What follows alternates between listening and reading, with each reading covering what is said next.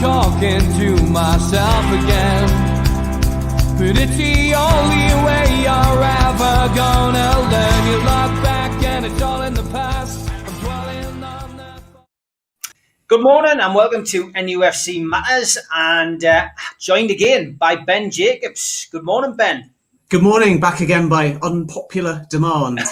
No popular demand, I would say, definitely popular demand, especially when this takeover still hasn't gone away and is still fluent. It's always good to get you back on. And we have got a little gift for you today, and whether you can make that out, but Ben, we've got this knocked up Q-Tech shop from one of our sponsors who makes our T-shirts for the food bank, has done a commemorative one-off T-shirt for you. Wow. With congratulations, Ben, FA Cup 2021 and NUFC Matters at the top, and the jubilant Leicester team on the front there with the FA Cup. So if you inbox us your address, we'll get John to post that down to you as a little thank you for coming on the shows and giving us your views.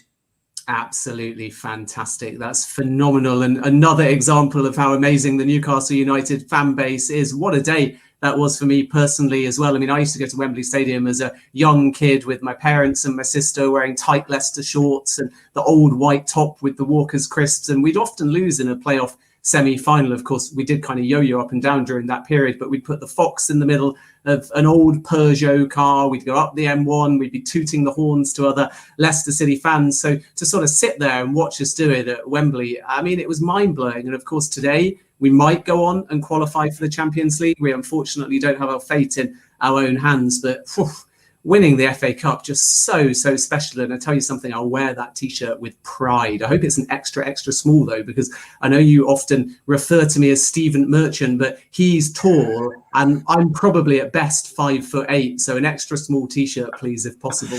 There you go, John from Q-Tech. You've heard what he wants. I'll get the address and get that over to you. Okay, we put the questions out on Facebook and Twitter. As always, we've been inundated. We'll keep it to an hour though. George Bainbridge on Facebook says, how long does arbitration take, Ben? What is the shortest time and what is the longest time permittable? Well, I think the longest time permissible is the time that this particular case has already taken, unfortunately. And, you know, if we're talking hypotheticals, arbitration, as we've seen, can have an appeal against those that are selected to be on the panel. And Beloff was the chair that added 5 months to the process because Newcastle United chose to appeal his inclusion because they thought that he might be biased on the issue. But taking those variables out the equation and starting from now, we know that arbitration begins in July and the hearings are usually very quick. So what adds time to arbitration is the pre-prep, and Newcastle United and the Premier League will put their cases together. It's possibly a little bit disappointing that whilst appealing Beloff, both parties didn't also line up their cases. So then the hearing may have been able to start a little bit sooner.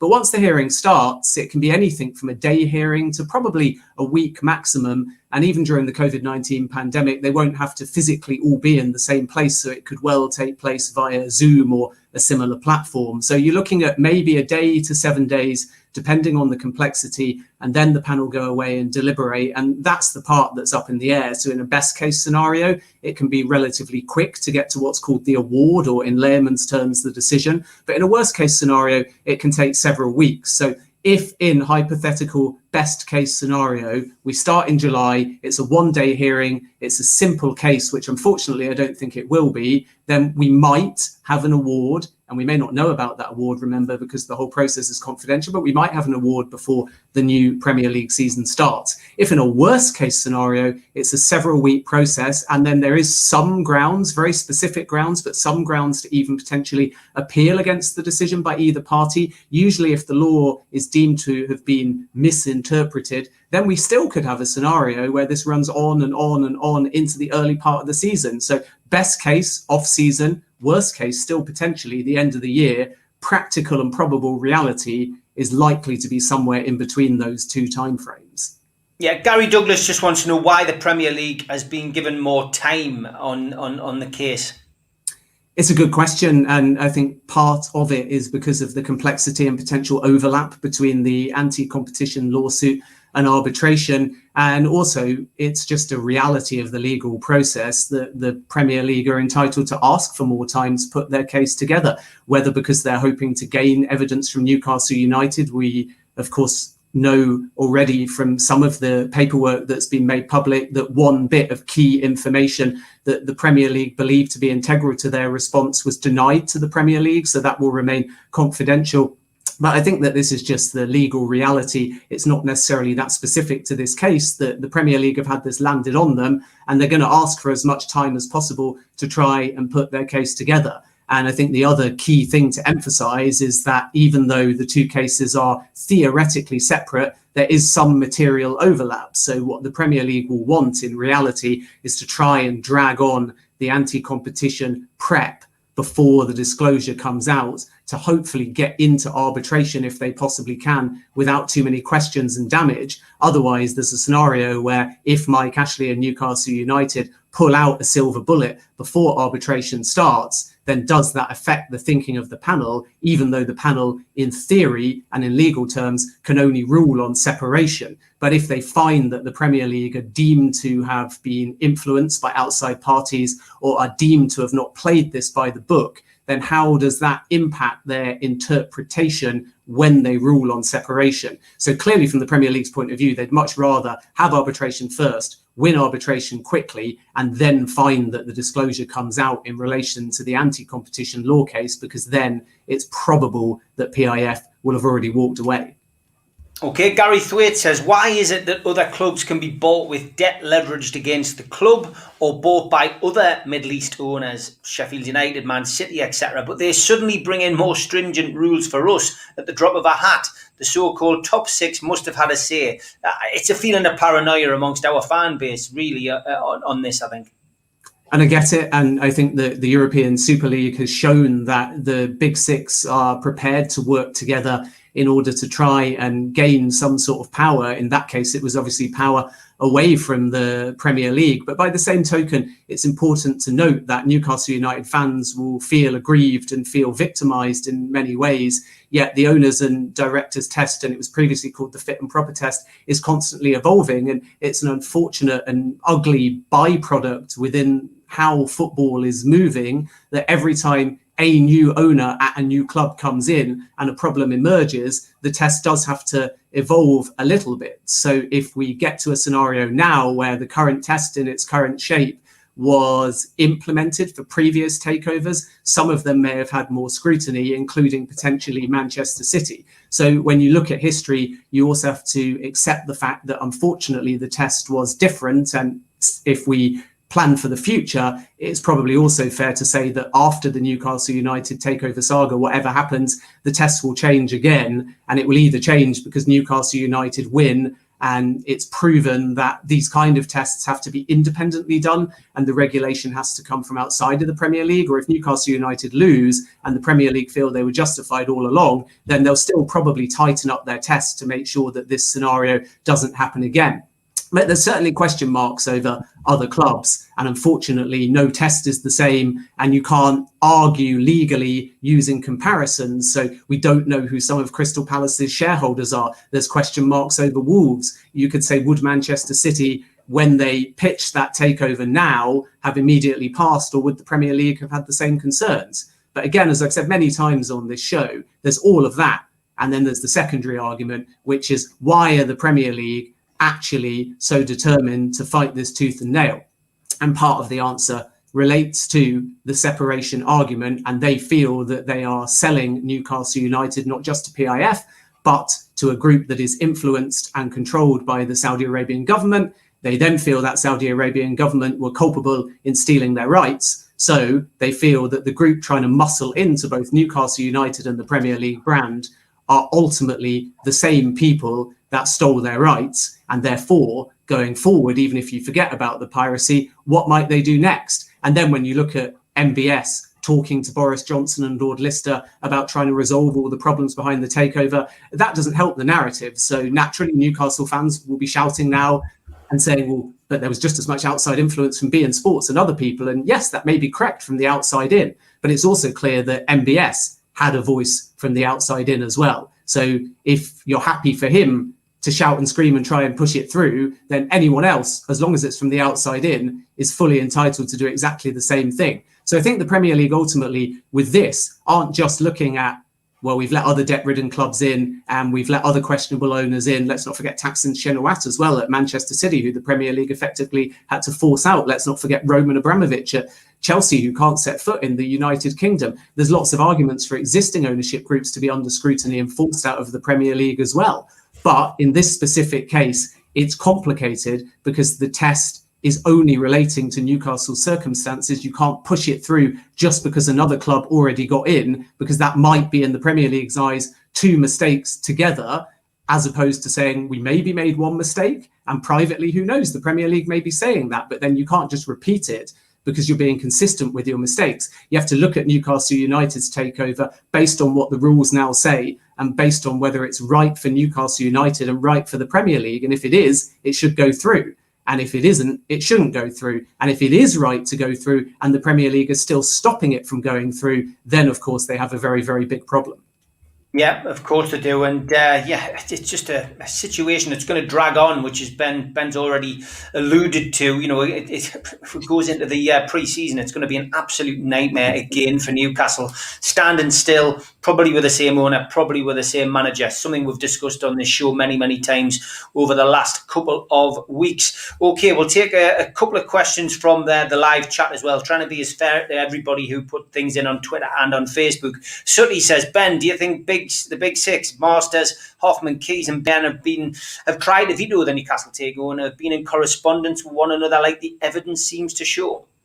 Well, it'll certainly be interesting when the disclosure comes out, which is the main point, I think, of the anti-competition case, to see exactly who's been talking to who and in what capacity. I think as regards beIN, and I've said this many times, what they were saying from seemingly the outside in, but it may be proven that there were private meetings and untoward conversations. But what they were saying, the Premier League already knew. So a lot of people have got this kind of gripe against beIN. But beIN were in communication with the Premier League for the best part of 2.5 years, both of which were doing collaborative legal cases and independent legal cases and failed legal cases in Saudi Arabia, because civil action was dropped due to local law firms not taking it on because they didn't want to go up against the, in inverted commas, other side. And I say in inverted commas because the Premier League would argue the other side is the Saudi Arabian government, and the Saudi Arabian government would argue that they don't really know who was behind BLQ. But the point is the Premier League had formulated their own opinion on piracy and on BLQ and on the relationship with the Saudi Arabian government. And they'd sent all of that evidence to the WTO, to the EU Commission. They'd used it in a French legal case. They'd commissioned with a number of other federations a so-called Mark Monitor report, and another one called the NAGRA report. And these are all in the public domain. So the Premier League knew the score with BLQ, and they'd formulated an opinion as to whether the Saudi Arabian government had or hadn't contributed to its formation, and whether they then funded and supported it. And as a consequence, everything beIN was saying in their public letter to the Premier League football clubs and to Richard Masters was sort of already known by the Premier League. And the other thing I'd say with beIN is if they genuinely had the Premier League's ear to influence this, then why did they need the public letter? They'd have just gone straight to the Premier League in private. There was no real need, except perhaps creating a bit of a media storm. However, for balance, the key thing with beIN Sports is not so much the letter and the lobbying, because to me, that's exactly the same as Mohammed bin Salman saying, please get the takeover through and resolve this, and talking to Boris Johnson and Lord Lister. The key thing is, did beIN Sports at any point privately say to the Premier League, if you pass this takeover, we'll not renew our rights deal, or we'll renew our rights deal for less? Because then you have a scenario where beIN Sports can go to the other Premier League clubs and the Premier League themselves and essentially say, we're taking money away from you. And that would, in my mind anyway, be far more direct interference. There's no evidence of that yet, but if disclosure shows that, then the Premier League and beIN Sports would naturally be in big trouble. So that's a key thing to keep an eye on. And then with the big six, my understanding has always been that Chelsea and Tottenham were two clubs that showed some reservations, yet in what capacity again? And we need the disclosure to know whether they just received the letter from beIN Sports and said, we are in favour of beIN Sports. We are pro beIN Sports because we also don't want our rights stolen and we like your Middle Eastern television rights money. And I think that's fine. Or again, did they go back to the Premier League and say, we don't like this, we don't want this, you're going to have a problem if you pass it? But I just don't know what the repercussions of that would be, because let's say the big six, hypothetically, as many Newcastle fans believe, all grouped together and said, no, we don't want it. What would they gain from that? Because what leverage did that big six have? Now, maybe the leverage is that they said, we'll leave. We'll go and play in the European Super League that we've been discussing. But I just doubt it. I don't think there's any link between the European Super League, the big six, and the Newcastle United takeover. Of course, the big six want to protect some of their power. Of course, they've got the money. Of course, they've got the control. But let's be honest, if the Newcastle United takeover passed, where would they really go? What would they really do? What weapons did they actually have to stop it other than vocally saying no? So I sort of sense that in all of this, they went to the Premier League and they said, we are on beIN Sports' side because we value their money and we don't value piracy. And I doubt that there's any more that was said between the big six and the Premier League than that. So I do know from my sources that there were one or two clubs that were, in theory, against the Newcastle United takeover, but I also think they were relatively powerless to prevent it in practical terms, other than voicing their support. If disclosure shows otherwise, I'll come back on the show and hold my hands up, but it's not my current understanding. Okay, John Askew, he asks two questions. He says, morning everyone, thanks for coming on. Ben, do you think it's right that the Premier League are clearly anti-takeover? Surely their role is to advance member clubs and associated regions. He says, do you agree on that? He also says, if the Premier League offer a tiny bit of flexibility, do you think the takeover can happen? And that's a question lots of people have asked. Are you confident that this can go through? I mean, you know, it's something which has dragged on for 12 months. It looks like it's going to drag on a little bit longer. But give us your answer to John's questions. Yeah, let's start with the second one. So I think that increasingly, and now there are two legal cases, there will be less flexibility. My sense from the Premier League's perspective is that they are confident in the arbitration and they believe, because it's their test and because they've also spoken to a number of high-profile lawyers, that they are relatively confident the separation argument will stand and that there will not be proven a lack of separation between the Premier League's perspective on obviously the Saudi Arabian government and PIF. So I think that, you know, the only way there would be flexibility is if Newcastle United get disclosure from the anti-competition case. It paints the Premier League in a bad light. And then the Premier League realise that everything's being dragged through the mud, everything's being played out in public. At that point, they may wish to settle the arbitration case and just move on in order to get the anti-competition case dropped. But that's all assuming that Mike Ashley has basically got two bullets that he's firing at the Premier League. One in anti-competition that's going to show them to have not carried out the process effectively, professionally and fairly. And then two, he's got enough argument through Nick DeMarco and his team to then show that there is clear separation between PIF and the Saudi Arabian government. And on top of that, that the Premier League's wording in their test just doesn't allow this argument to be made in the first place, which is a big part of it. So one is the separation argument, but the other one is that, do the Premier League even have the right and the rigid natures within their wording to even go this far? Or actually, are these definitions of control and director not actually in depth enough and probably, I would say, expansive enough to even allow this debate in the first place?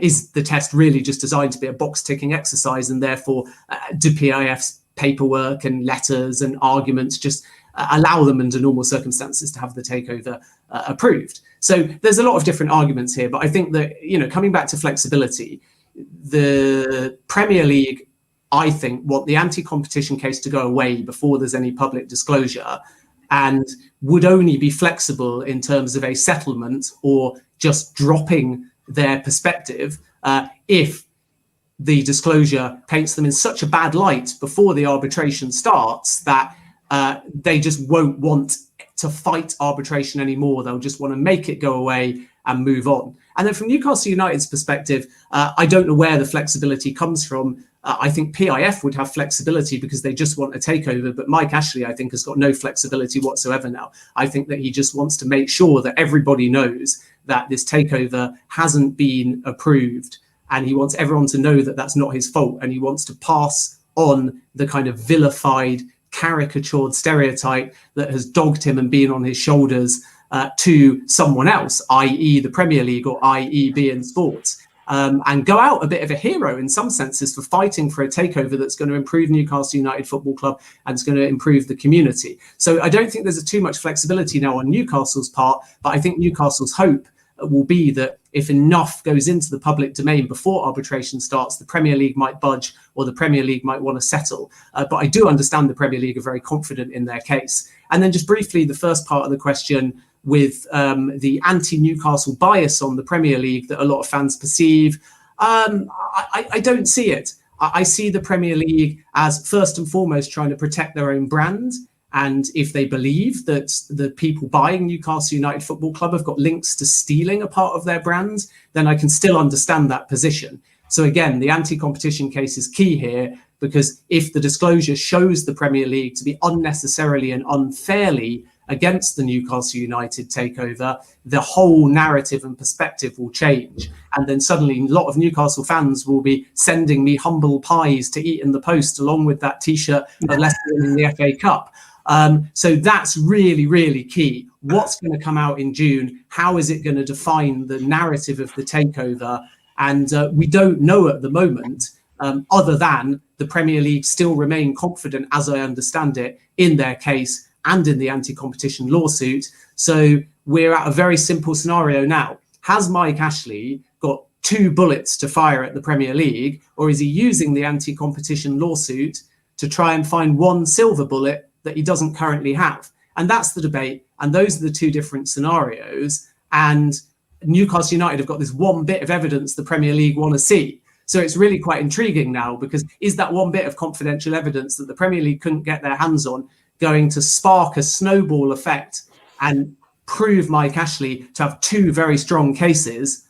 Or actually is this whole anti-competition lawsuit about digging and trying to find something that Mike Ashley doesn't currently have? So that, I think, is the 2 scenarios, and whichever scenario plays out will define whether the Premier League are actually anti-takeover and unfairly, or whether they've kind of just played a very complicated situation by the book.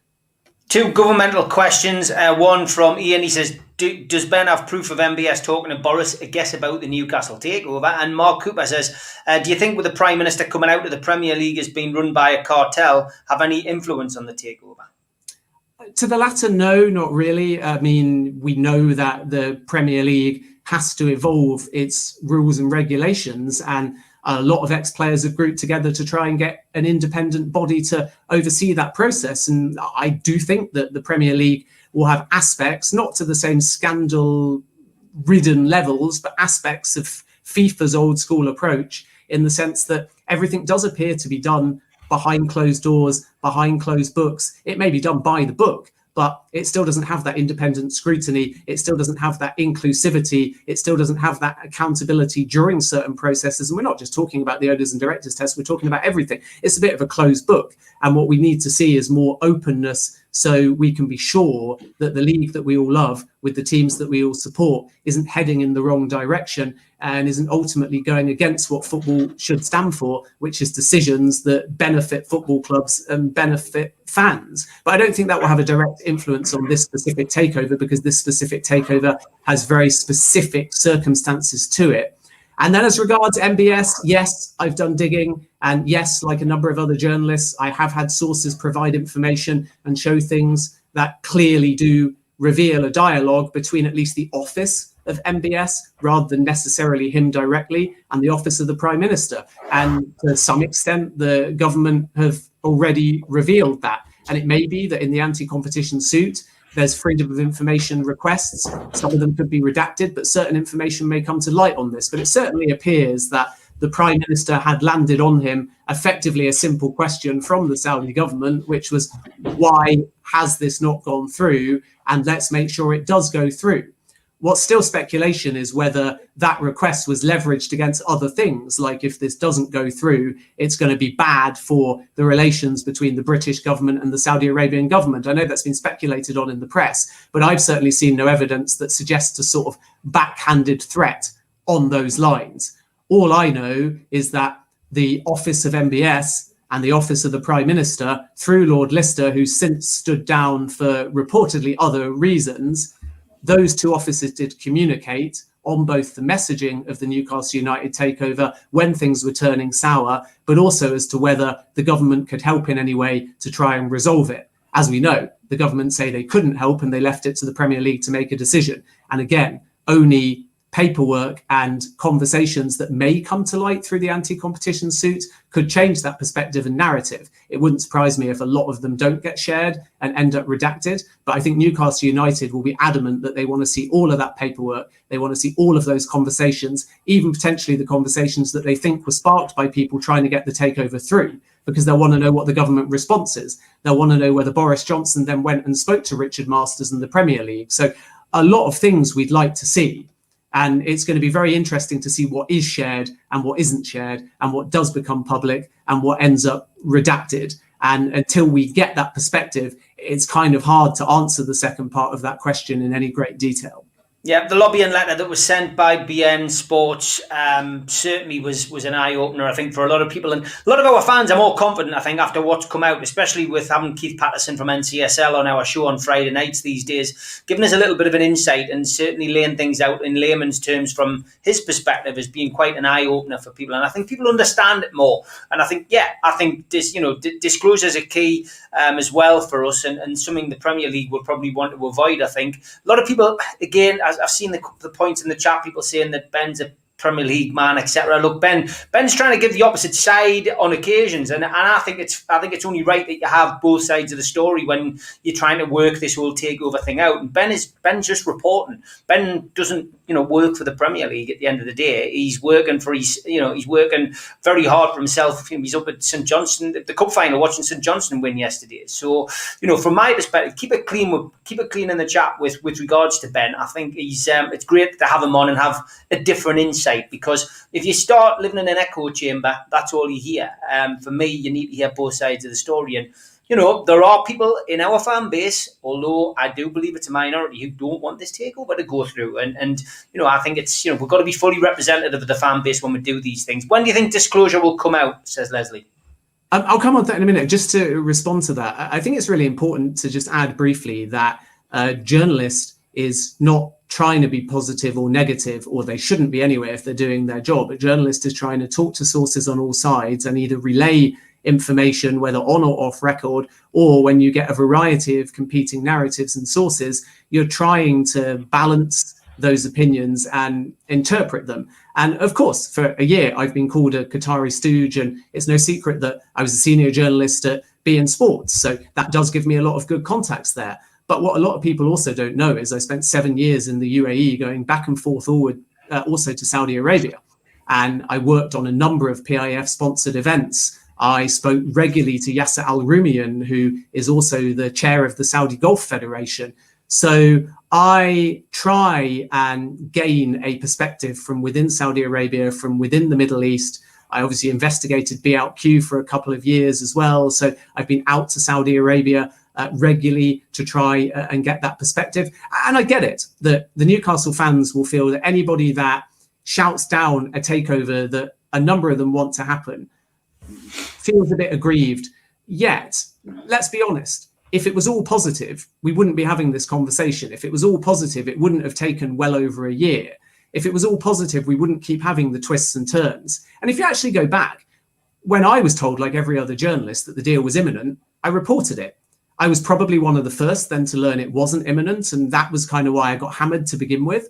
And then since then, I'm really just trying to assess and analyse and give as much perspective as I can. And I know the fans won't always like that, but let's not forget that when I spoke to the Premier League, as I've said on my feeds and when I've broadcasted for various outlets and on this show, and I revealed that a club case was ongoing and there were in fact 2 cases that were taking place. This was off the back of Keith's case being announced. Newcastle United were then able to release a statement saying that they could confirm that there was indeed a club case. Of course, they weren't happy about it. But I suppose my point is that every journalist reporting on this, when we're right and when we talk to people and give you a perspective that adds to the story, you then can get that confirmation. You can then build a bit of momentum. So I'm not saying Newcastle are happy about having to make that statement. And I'm not saying that Newcastle or Mike Ashley are happy about this all being played out through the media. But I do think it's important, like the journalist or loathe the journalist, that we're respectful and that we engage, and that ultimately everybody realizes that any journalist that finds something, unless they're sort of being tabloidy and making things up for clickbait, they're actually helping put more things out in the public domain that are hopefully going to get us some clarity here. And I think a lot of Newcastle fans, whether the takeover happens or doesn't happen, would just want clarity. They just want it to end. And I get that, because it's such a passionate fan base. It's such a great club and it deserves not to be in limbo. And that's where we're at the moment. And then as regards disclosure, the nature of that is up in the air, and how much of that will be redacted is also up in the air. We know that on the 11th of June, unless the Premier League are able to pull a rabbit out of a hat and gain a further delay or question Cat's very validity and ability to even hear the case, which of course we also know they're doing, it's likely that the disclosure is going to happen pretty quickly. So I think what's fair to say with the disclosure is certain things out there are going to be in the public domain long before the arbitration hearing starts, which might be crucial from Newcastle United's perspective.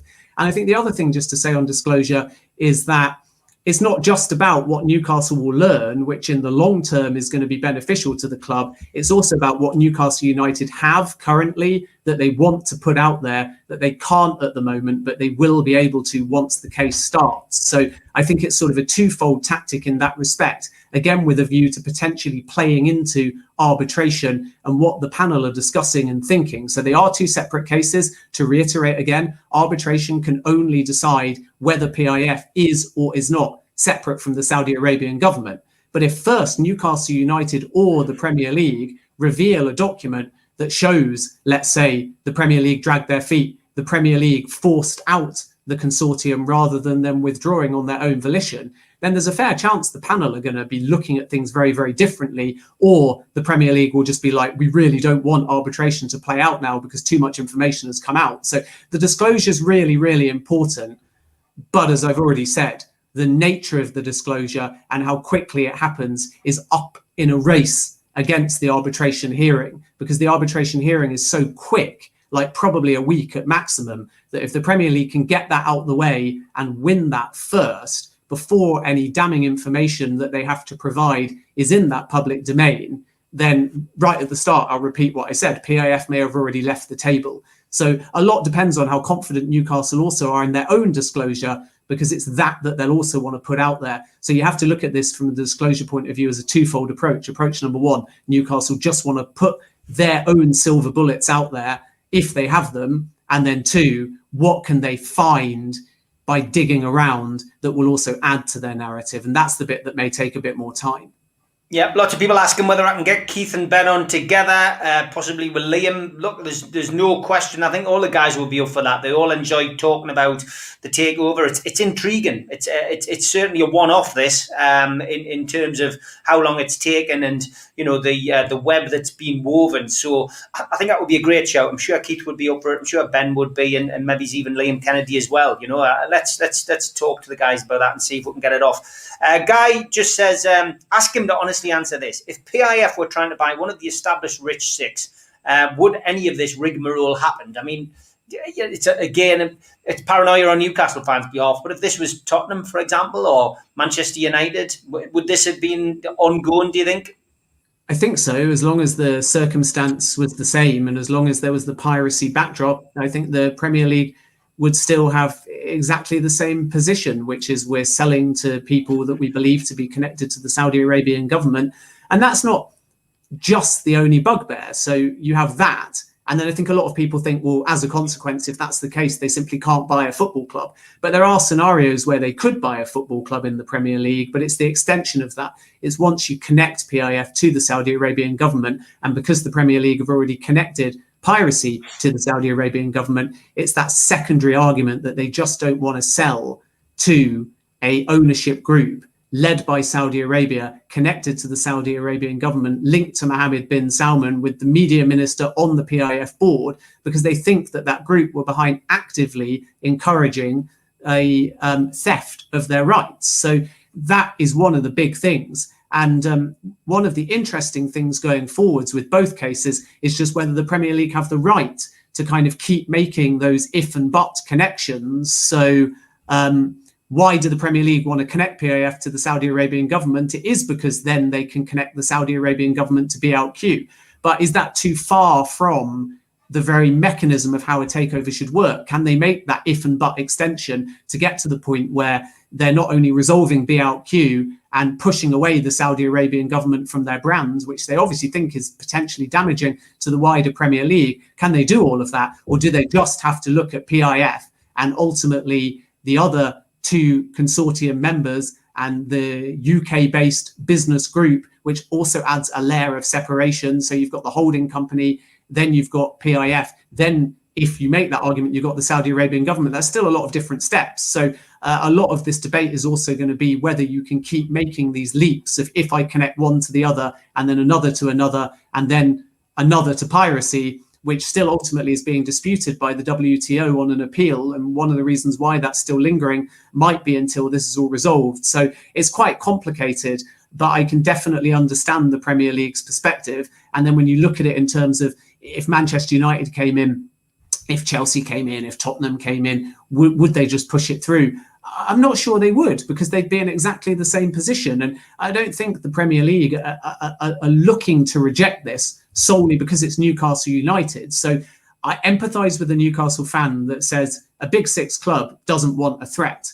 And if they're going to have a threat, they want an organic threat like Leicester, my team, that even though they've got money, doesn't have the money and the depth that can quite challenge the Big Six over the course of a decade and beyond. They're not going to elevate themselves, Leicester City, because of where we're geographically based, because of the depth, because of the money. However many times we win an FA Cup or a Premier League, we're not quite going to be in that Manchester City bracket, probably ever. And I think that with Newcastle, it's a bit different because it's got a bigger stadium, it's got a bigger fan base, it's got a bigger brand, it's got a bigger history than Leicester. So you never know. But I don't think the Premier League care about any of that. I think the Big Six might care about that. So I empathise with Newcastle fans in that respect, that they feel that there are some clubs that just don't want Newcastle to move into a position where they're taking a spot from one of the Big Six teams. And I think that there is that resentment of let's not add a seventh, let's not add an eighth. Even if it doesn't translate to anything in practical terms, in practical protests, I think there is that resentment because just look at the Premier League now. As it's expanded, there's a Big Six, but there's only 4 Champions League spots. So there's already that animosity between the 6 to try and get into the 4. And as we're seeing, Arsenal and Spurs are not really part of the conversation and the bracket anymore, other than by history and by brands. They're the 6 biggest brands, but Arsenal and Tottenham are miles off being part of the Big 4 in a practical reality. But if you look at the Premier League, I think my point is just, why do the Premier League care if Newcastle United are strong and successful, whether through PIF or any other potential owner? It should be great for the Premier League. If I'm the Premier League, I want 20 amazing clubs, even the ones that go down. I want close fought games. The Premier League brand is about your bottom team being able to beat your top team. The Premier League brand is about fighting for Champions League places as well as the Championship. The Premier League brand is about competitiveness. So I don't really buy the logic that the Premier League is saying, no, sorry, Newcastle, you can't improve. You can't have community investment. You can't become a force, because anything Newcastle do on the field that succeeds benefits the Premier League brand. So I would need someone from the Premier League to counter argue that, because I can't logically understand why the Premier League wouldn't want Newcastle to succeed, but I can understand why the Big Six wouldn't want Newcastle to succeed. Yep, okay. Big shout out to our sponsor, Spider VPN, who've been with us for the last 4 months. For all your internet security, Google Spider VPN, and they are at top of the Google search. Protect your passwords, etc. They are the men to get in touch with. Skipsandbins.com as well, another main sponsor. Telephone 0800 25 45 25 3. Email enquiries at skipsandbins.com. Website www.skipsandbins.com. Easy, contract free, and pay as you go waste collection. And also a big shout out to qtechshop.co.uk, makers of pool tables and snooker tables in Wallsend in Newcastle, and to Jab Signature, who make all of our flyers. And that is the Newcastle Legends logo, bottom right hand corner. Click on that to subscribe to the channel for free. Hit the thumb up to like the video, which is important for us, and hit the share button to share to your other social media. Drop into the comment box as well to meet like-minded Newcastle fans. Jump onto iTunes, Spotify, Podbean, and your other podcast providers if you're out walking the dog and you want to listen to us on there. And don't forget, the Matchday Bucket is in operation today for the food bank.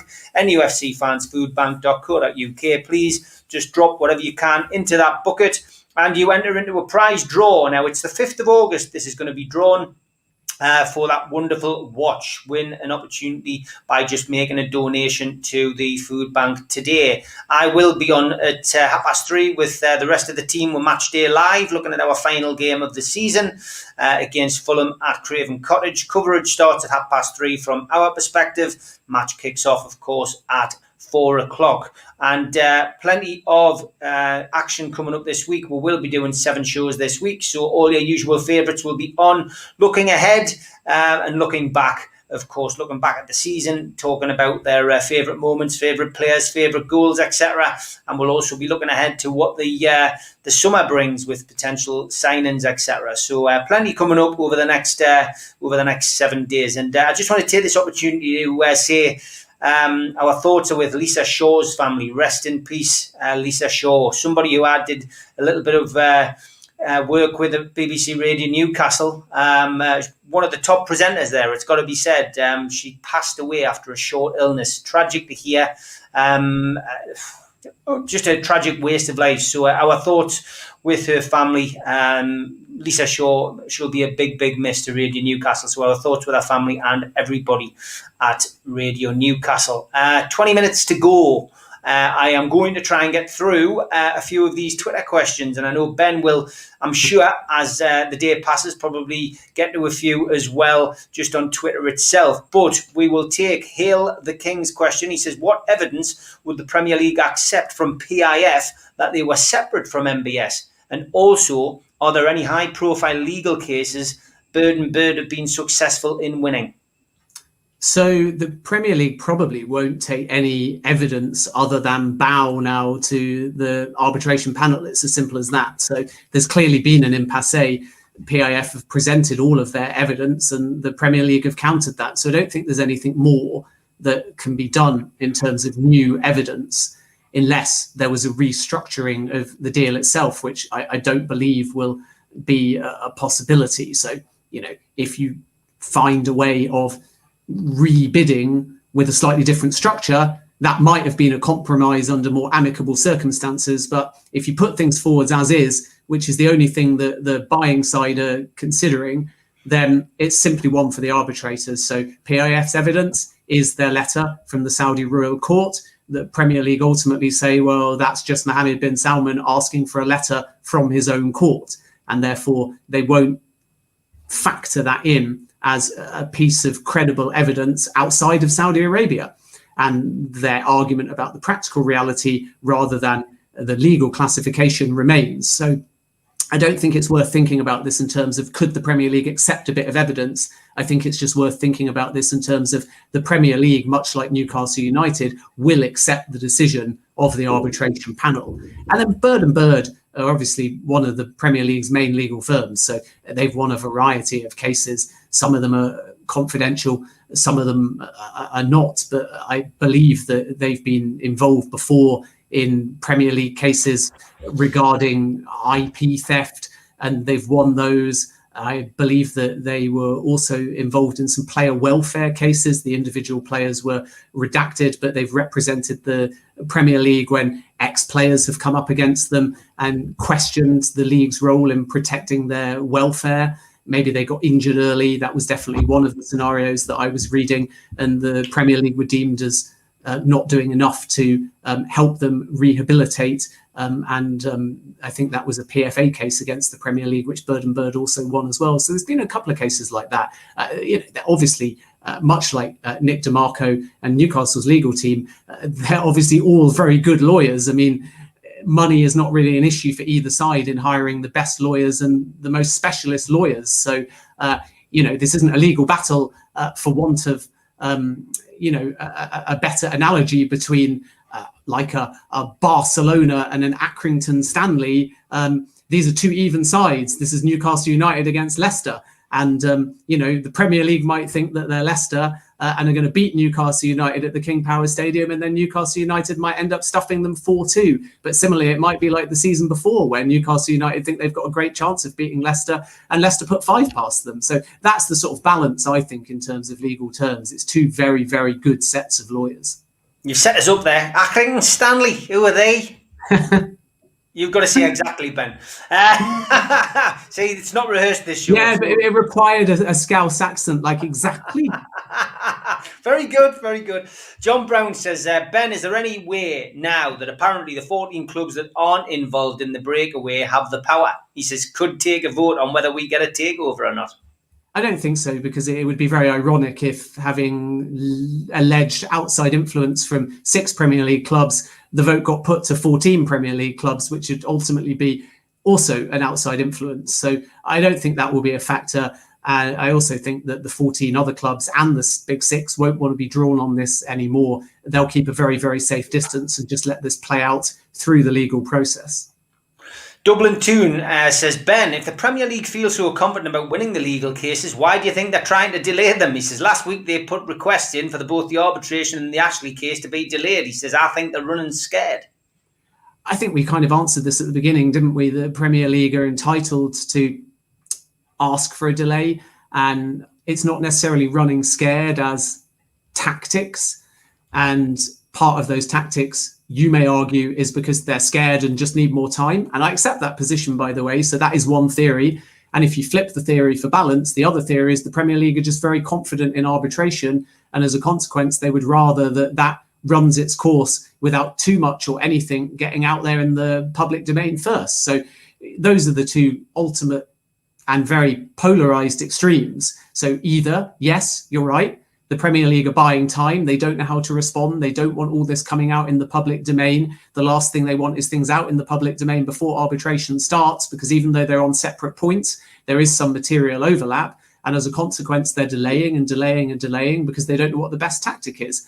That is one theory. The other theory is just that they're delaying because they want to win the arbitration, and they believe that they've got a strong case simply to say we were right in saying that PIF are not separate from the Saudi Arabian government.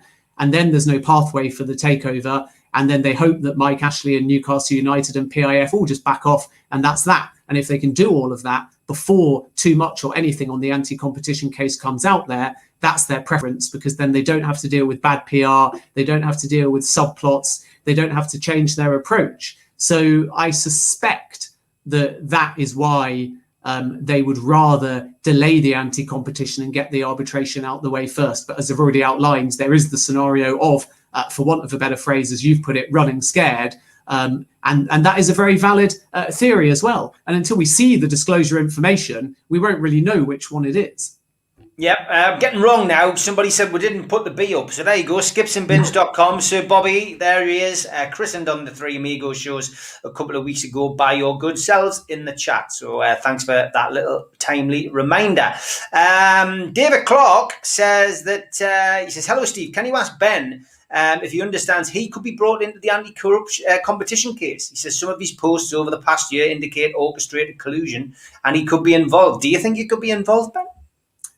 Not really. I mean, there's a possibility that you get called up to these cases as a journalist to ask about your sources, and that can happen occasionally to a journalist. But ultimately, every single journalist, much like myself, and I know this is a bugbear with any football fan, every single journalist is going to say the same thing, which is we're going to protect our sources. And I've said very openly where my sources come from. I think some people point fingers without realizing that when I've had a Premier League source, I've said it's a Premier League source. When I've had a Saudi source, I've said it's a Saudi source. When I've had a PIF source, I've said it's a PIF source. When I've had a Newcastle source or a BN source, I've also said where that particular source has come from, which I think is the right approach as a journalist, because my brand of journalism, and remember, I'm predominantly a broadcaster, my brand of journalism is not just to say sources, because it's so vague.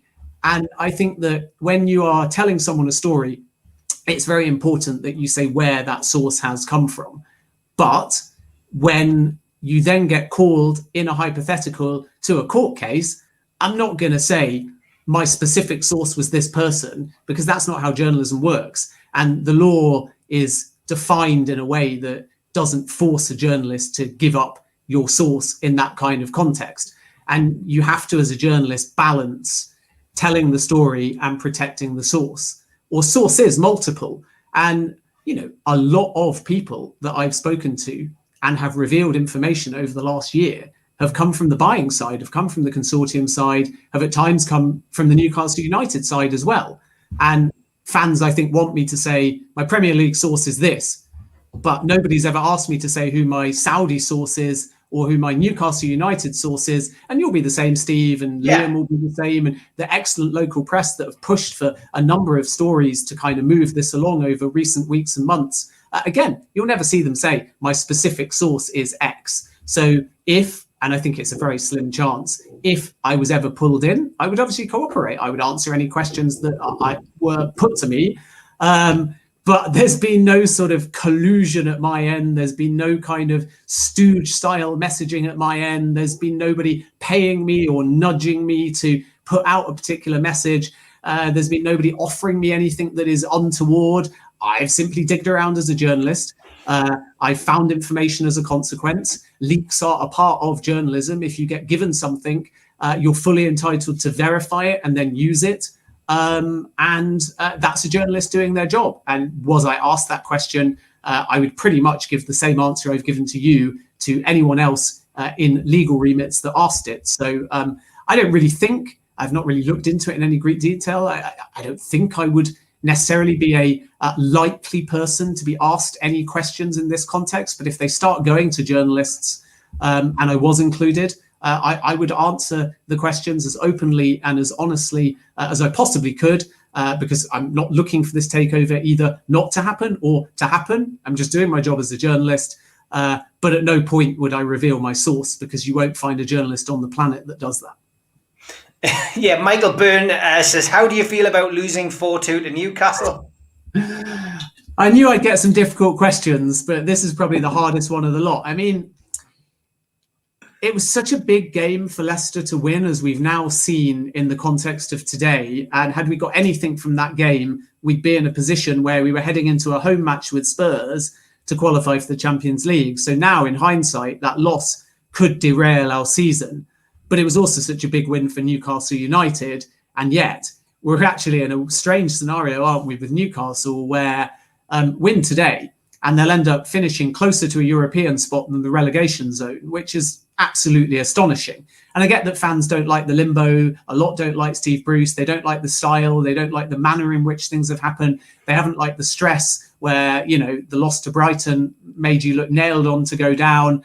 And then even when Fulham were beating Villa and you were in the relegation zone for 17 minutes, things just really didn't look good. So not everyone's just going to look at the final league position and the separation between the relegation zone and wherever Newcastle finish as a positive. And I totally empathise with that, because there's ambition at the club. But also, it's not just about the results and where you finish. It's about how the team actually play on the field. It's about the organisation, the tactics, the approach. And that will need to change over the summer. But unfortunately, if you look at hindsight, it was a bigger game for Leicester than Newcastle.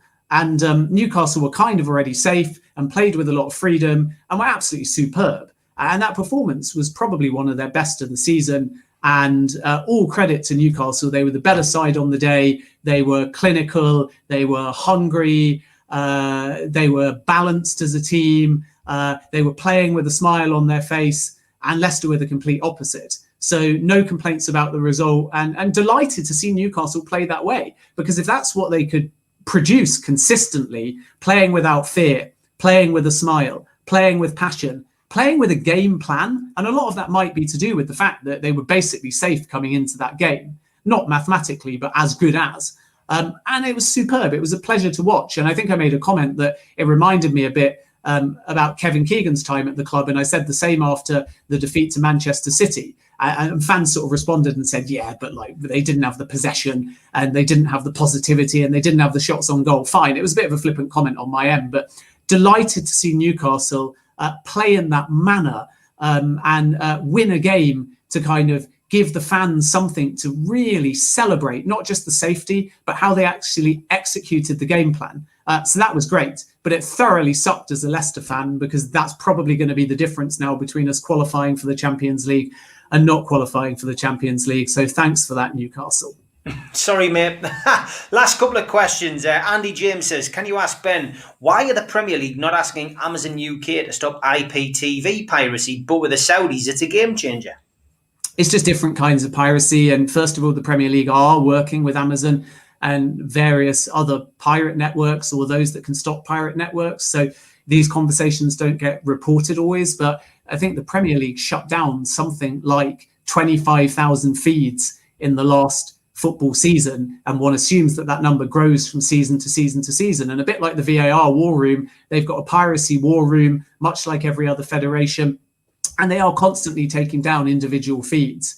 And although, yes, they are still apparent, and piracy is a widespread global problem, certainly can't deny that, it is very important to note the difference in terms of sophistication between BOutQ, a Fire Stick, and let's say a bedroom piracy stream. And the latter two can be shut down a bit more easily. They might come back in different ways, shapes and forms. But I think what people don't quite get about BOutQ is that BOutQ had, in the end, close to 15 channels. It was marketed like a legit TV channel with a monthly subscription.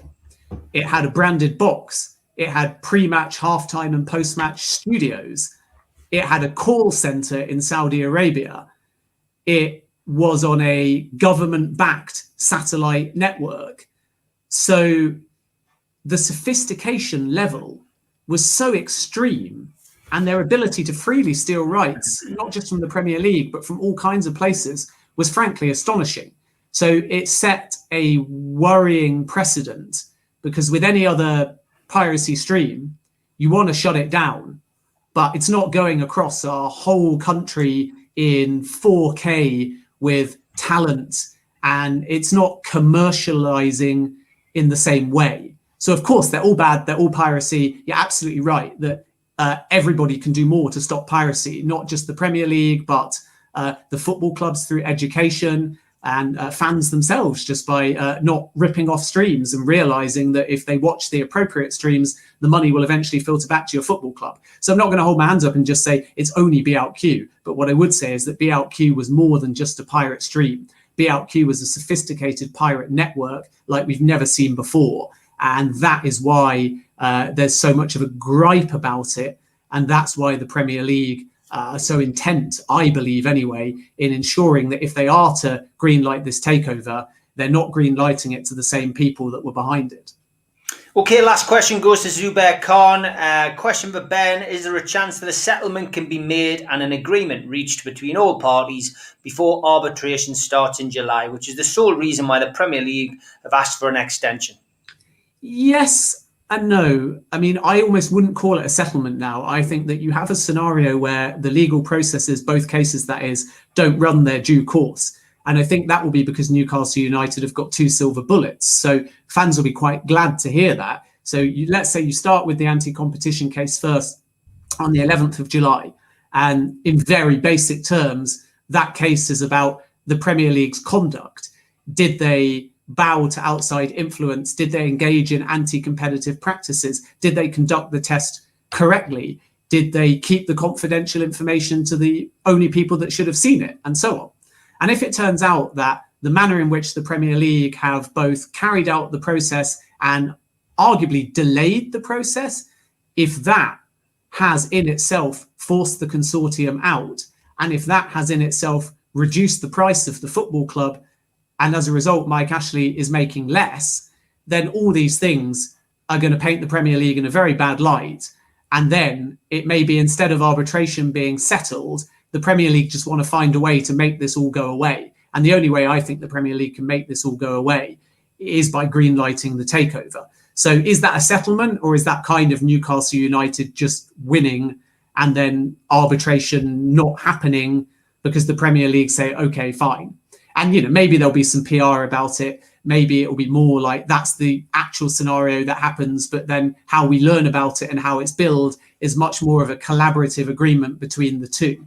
And I think that it's important to note, as regards settlement or whatever you want to call it, resolution might even just be a better word, that you have three very different players here. So these cases are Mike Ashley, who is acrimonious against the Premier League, who are at the moment anyway quite staunch in their belief. But then you've also got the consortium, and the consortium have got to come in and work with the Premier League. So they're not going to want too much acrimony. They're not going to want to be so pro Ashley and so anti-Premier League, and to drag the Premier League so far through the mud that then if they win and walk in, it's a horrible, toxic relationship to start things, because they're going to have a working relationship. So that's the sort of key, I think, to why, if there is a resolution, it might be billed as a lot more amicable, because PIF don't want to walk in and be like, the Premier League's scandalous, the Premier League's corrupt, the Premier League have acted untoward. They're going to want to come in and say, we're really excited to join the Premier League brand, and we're really excited to own Newcastle, and we're really excited to invest in the community.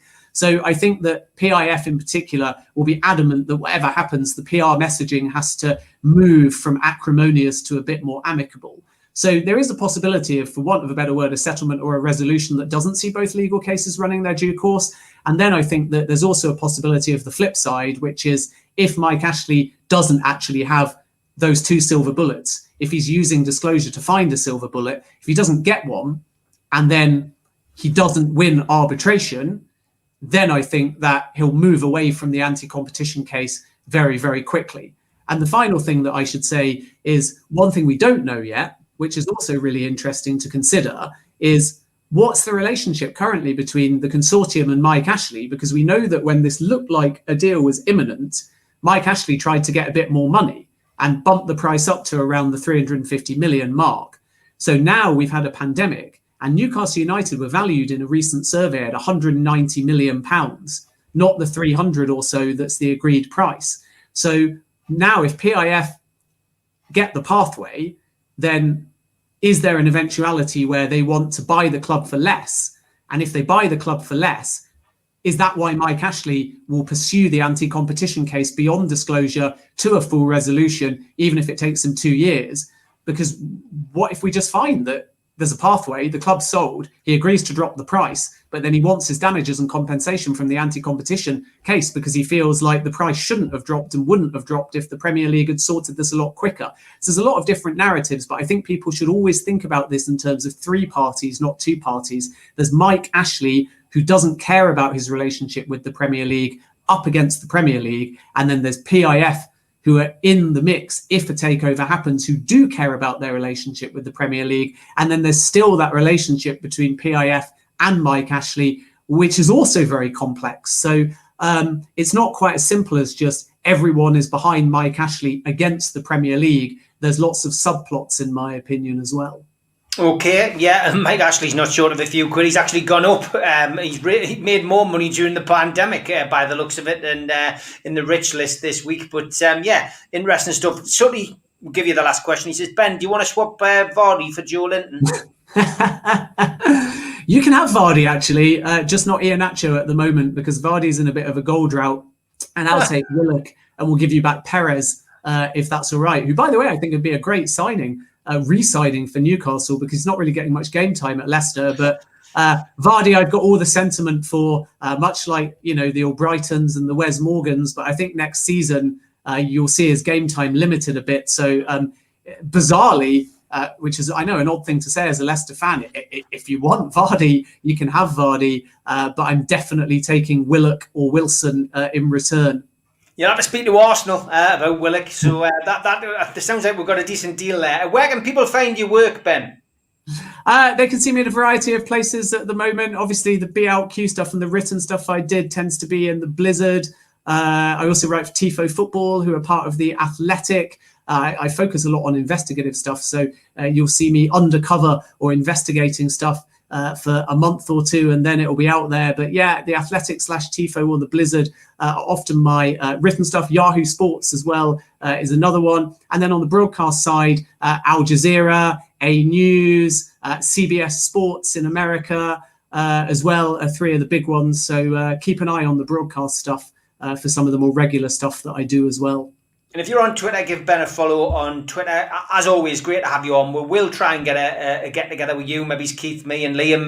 Maybe have a takeover chat whilst we're looking for things to do when there's no football to watch anymore. I know we've got the Euros coming up. So maybe get that done before the Euros. But Ben, as always... I mean, I'm just going to say on that, Steve, I know that we're running out of time, but, huge respect for all of the local press within Newcastle, because they're the ones that are closest to the club, and that includes yourself. But also, I've always said it, huge respect for Keith as an individual fan for coming forward and for trying to move on the narrative and to trying to find out a bit of information. I mean, if I've ever said anything on the Newcastle United Supporters Consortium, it's always been that they deserve that credit for their passion and for trying to find answers. I may not always agree with some of the information that they put forward there. And if that's the case, as a journalist, I will investigate myself. And if I counter that, I counter that. But I think that you can't underestimate the importance of any football fan when it's not their job and when they're putting their own time and their own money and their own effort behind something in trying to fight for their club. And win or lose, they deserve credit for that. So, if they want to come on and have an engaged and respectful conversation, and anyone else for that matter, I welcome and applaud that, because that is what football debate should be about. 100%. Well, let's try and get that sorted maybe for next weekend. I'll have a chat with Keith. I'm sure he'd be up for it. And great words. And as always, great to have you on, Ben. Enjoy it. I'm presuming you're going to try not to hide behind the sofa today, and hope that Leicester get that much cherished fourth place that they've been sitting in for most of the season, and hope Liverpool don't nick it off you at the death. Fingers crossed. Yeah, I will be behind the couch though. But good catching up, Steve, and look forward to talking soon. And good luck to Newcastle against Fulham as well. Thanks, mate. Take care. Bye-bye. Yes, bye.